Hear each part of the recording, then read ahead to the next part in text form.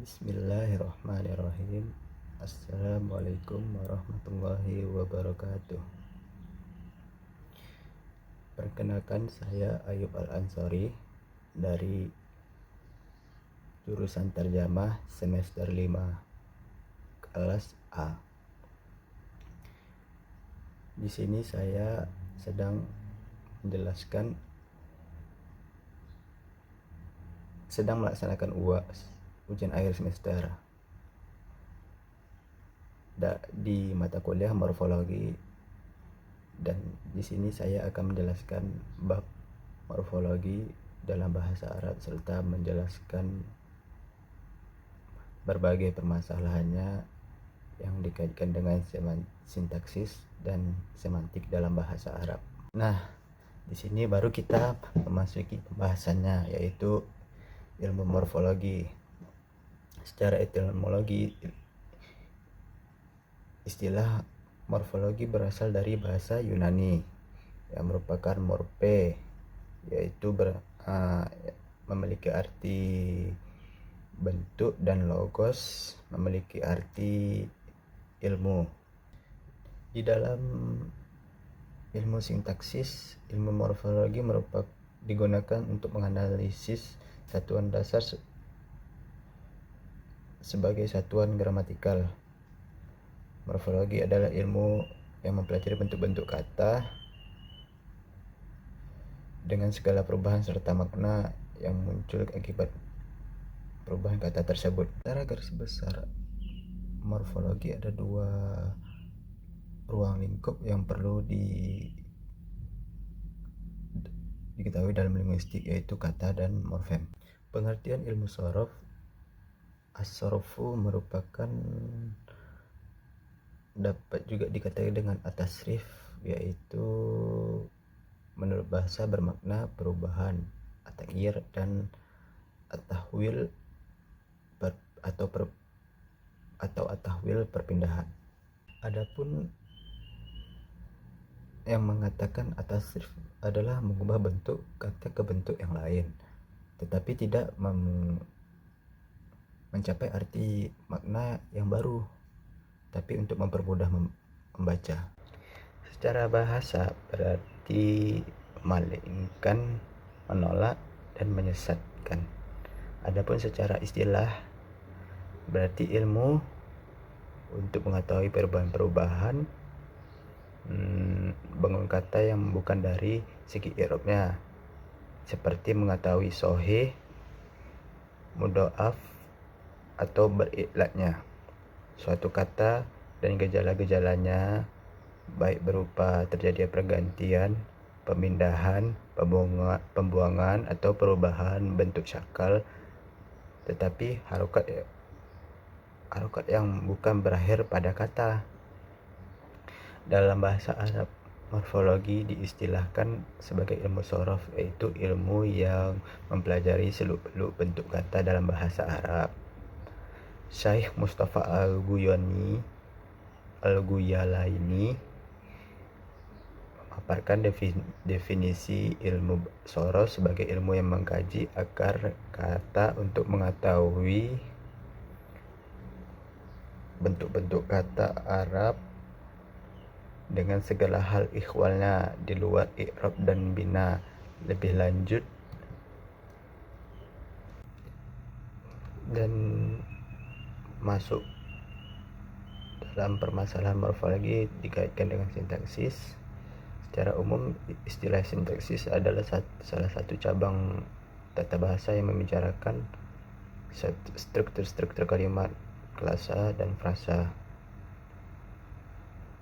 Sintaksis merupakan cabang linguistik yang menyangkut susunan kata-kata di dalam kalimat atau bidang tataran linguistik yang secara tradisional disebut juga tata bahasa, atau di bidang tataran linguistik yang secara tradisional disebut tata bahasa gramatikal. Morfosintaksis merupakan perpaduan morfologi dan sintaksis. Morfosintaksis mengacu pada pembagian kata, jadi sintaksis adalah ilmu yang mempelajari hubungan antar kata dan frasa, klausa, dan kalimat yang satu dengan kata frasa klausa kalimat yang lain. Dalam bahasa Arab, sintaksis lebih dikenal dengan ilmu nahwu. Kata atau kalimat dalam bahasa Arab. Kata adalah bagian kalimat yang merupakan kesatuan dapat berdiri sendiri dan mengandung satu pengertian. Jika suatu kalimat dipenggal-penggal sampai ada penggalan yang terkecil tetapi memiliki arti dan dapat berdiri sendiri, penggalan atau bagian yang terkecil itulah yang disebut kata. Dalam tataran sintaksis, kata merupakan satuan yang paling kecil. Kelas kata terdiri dari 3, yaitu nomina, verba, dan partikel. Nomina atau isim dalam bahasa Arab yaitu kata yang memiliki makna namun tidak berhubungan dengan kala waktu. Contohnya kitabun yang merupakan bentuk dari kata benda. Ya, sama sih. Nomina itu kan kata benda, dan verba fi'il yaitu kata yang memiliki arti dan berhubungan dengan waktu, yaitu masa yang sudah lalu seperti madi, dan masa yang sekarang yang datang atau yang akan datang seperti dalam bahasa Arab mudhari, fi'lul mudhari yang biasanya diawali dengan huruf sin yang berarti akan dan tanda lainnya. Partikel atau huruf yaitu kata yang akan memiliki makna hanya ketika berdampingan dengan kata yang lain. Terus frasa merupakan suatu satuan linguistik yang terdiri atas gabungan kata yang tidak predikatif dan dapat menduduki salah satu fungsi kalimat atau frasa, sehingga juga dikatakan sebagai satuan gramatik yang berkelompok kata atau gabungan kata yang menduduki satu fungsi. Frasa juga disebut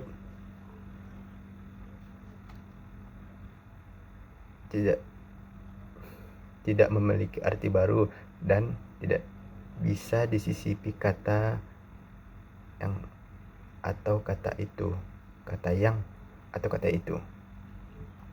Terus klausa merupakan satuan linguistik yang sekurangnya terdiri dari fungsi subjek dan predikat dan berpotensi menjadi kalimat. Jika frasa menjadi fungsi-fungsi sintaksis, maka klausa menjadi pengisi kalimat, atau dengan kata lain, tempat klausa adalah di dalam kalimat. Terus kalimat atau jumlah. Kalimat adalah susunan kata-kata dalam yang teratur yang berisi pikiran lengkap. Dan dalam bahasa Arab, definisi kalimat adalah konstruksi yang tersusun dari dua kata atau lebih yang mengandung arti disengaja serta berbahasa Arab. Sebuah kalimat dalam bahasa Arab paling tidak terdiri dari dua unsur, yaitu subjek dan predikat. Subjek dalam bahasa Arab berupa isim domir atau pronomina, isim alam atau nama diri, sedangkan predikatnya adalah bisa berupa isim dalam kalimat nominal atau jumlah ismiyah, dan bisa juga berupa fi'il dalam kalimat verbal atau jumlah fi'liyah, dan harf dalam kalimat nominal. Terus permasalahan morfologi dikaitkan dengan semantik. Dalam buku pengantar semantik bahasa Indonesia yang ditulis Abdul Khair, kata semantik berasal dari kata Yunani yaitu sema, yang artinya kata benda, yang berarti pula tanda atau lambang. Yang dimaksud dengan tanda atau lambang di sini sebagai padanan kata sema itu adalah tanda linguistik. Keraf tahun 1993 halaman 129 berpendapat bahwa semantik adalah bagian dari linguistik yang meneliti makna dalam bahasa tertentu, mencari asal mula dan perkembangan dari suatu kata. Penggabungan antara morfologi dan semantik dapat dikatakan dengan morfosemantik. Morfosemantik diartikan secara singkat sebagai perubahan-perubahan makna suatu kata yang diikuti dengan perubahan makna kata itu sendiri. Analisis morfosintaksis merupakan satu penelitian bahasa dengan menggunakan teori morfologi dan teori penerjemahan. Berdasarkan pembentukan katanya, morfosemantik diperoleh dari gabungan kata morfo plus penerjemahan.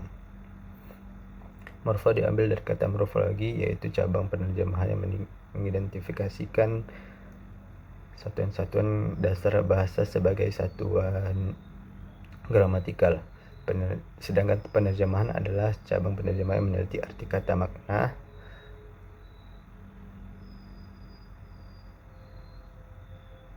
memiliki arti atau makna. Verhaar tahun 2004 halaman 97 di sini dapat disimpulkan bahwa morfosemantik merupakan penggabungan subdisiplin ilmu penerjemahan, yaitu morfologi dan penerjemahan, di mana menggunakan morfologi sebagai dasar pengambilan makna semantiknya. Berkala tahun 1984 halaman 14 mengatakan bahwa bahasa Arab berada pada pengaruh tetap kebudayaan dan bangsa lain. Sebagai hasil dari kontak yang tetap ini menjadikan bahasa Arab menjadi pengaruh pada semantik bahasanya. Pengaruh semantik ini ditandai dengan penyerapan beberapa konsep dan ide dengan bantuan penerjemahan dari kata per kata atau bebas dari bahasa lain. Sekianlah dari